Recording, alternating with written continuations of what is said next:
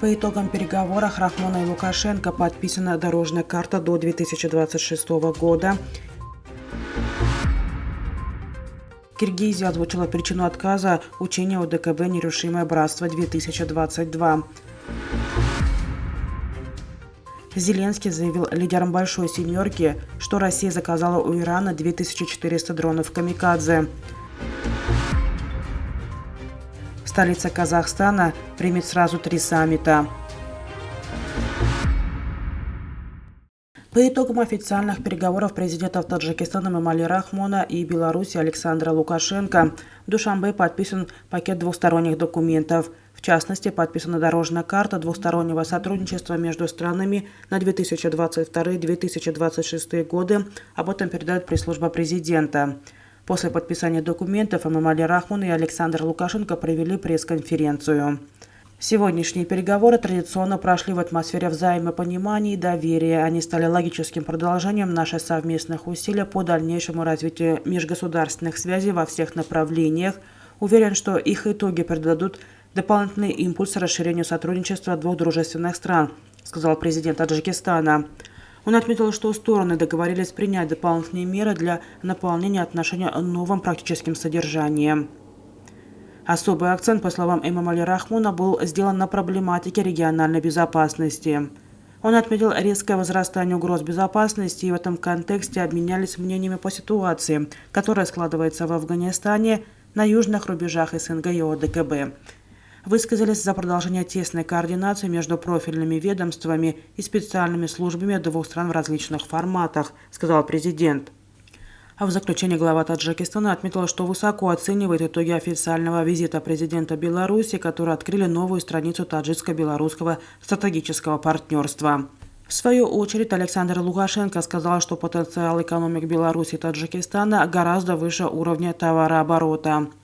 Вечером того же дня Эмомали Рахмон организовал вечер дружбы в честь официального визита президента Беларуси Александра Лукашенко. Как сообщили в пресс-службе президента, для проведения вечера дружбы было выбрано одно из мест резиденции с благоприятным климатом. Президент Таджикистана Эмомали Рахмон вместе с президентом Беларуси Александром Лукашенко вышли на вечернюю прогулку в резиденции правительства Республики Таджикистан. Как пишет пресс-центр президента, прогулка прошла в теплой, дружественной и братской атмосфере. Высокопоставленный гость наслаждался зеленой природой и свежим воздухом Таджикистана и посетил выставку природных плодов этого раеподобного края.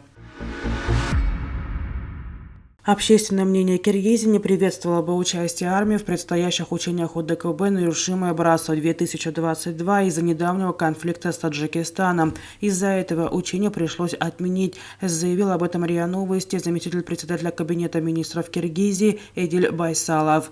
У нас абсолютно нерушимое членство в ОДКБ, у нас никаких проблем в отношении этой организации, с мандатом, с миссией, с уставом никаких нет. Ну, конечно же, в свете недавних событий не остыла кровь, сказал он, уточнив, что речь идет о военных столкновениях с таджикскими соседями.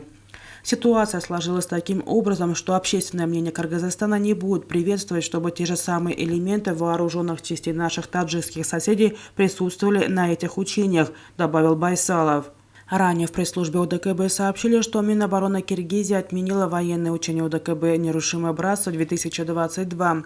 О причинах отмены в ведомстве тогда не сообщили. Учения должны были пройти в Киргизии на полигоне Эдельвейс в октябре. Также кыргызские военные отказались от участия в учениях ОДКБ «Рубеж-2022», которые проходят в эти дни в Таджикистане. Лидеры стран Большой Семерки провели экстренное заседание в связи с массированными ударами по украинской инфраструктуре и городам страны, которые армия России нанесла второй день подряд. Президент Украины Владимир Зеленский заявил лидерам Большой Семерки, что Россия заказала у Ирана 1000 дронов «Камикадзе» и призвал их как можно быстрее предоставить Киеву современные средства противовоздушной обороны. Одних только «Шахедов» Россия заказала у Ирана 2400, по данным нашей разведки, сказал Зеленский. Поэтому важно, чтобы у нас было достаточное количество ракет для ПВО и ПРО, и чтобы они были интегрированы с нашими системами обороны. По словам Зеленского, Украина особенно заинтересована в получении зенитно-ракетных комплексов среднего и дальнего радиуса действия, что, по его словам, позволит создать эшелонированную систему обороны. Воздушный щит для Украины – это элемент нашей формулы мира. Когда Украина получит достаточное количество современных и эффективных систем ПВО, ключевой элемент российского террора – ракетные удары перестанут работать, сказал он. Он также обратился к президенту Франции Эммануэлю Макрону и главе правительства Италии Марио Драги с просьбой предоставить зенитно-ракетные комплексы СВАМ-Т. Астана все активнее претендует на роль регионального дипломатического лидера, и этому должны способствовать сразу 3 саммита, которые пройдут в столице Казахстана на этой неделе. Высокопоставленные представители порядка 50 стран, включая 11 глав государств, встретятся в рамках совещания по взаимодействию и мерам доверия в Азии на саммите СНГ, а также в формате Центральная Азия-Россия. При этом даже более значимыми могут оказаться двухсторонние переговоры, в частности, между президентом Российской Федерации и Турции Владимиром Путиным и Реджепом Таипом Эрдоганом, пишет «Коммерсант».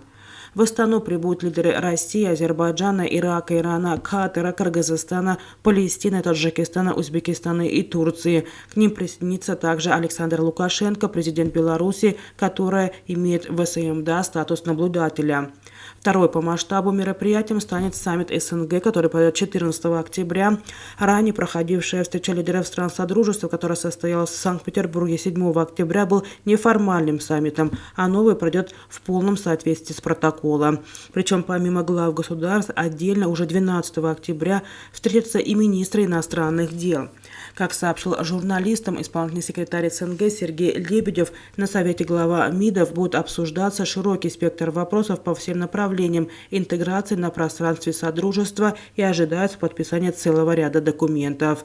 Кроме того, 14 октября лидеры центральноазиатских республик и Российской Федерации соберутся вшестером без представителей стран Закавказья. Это будет первый саммит в формате Центральная Азия-Россия.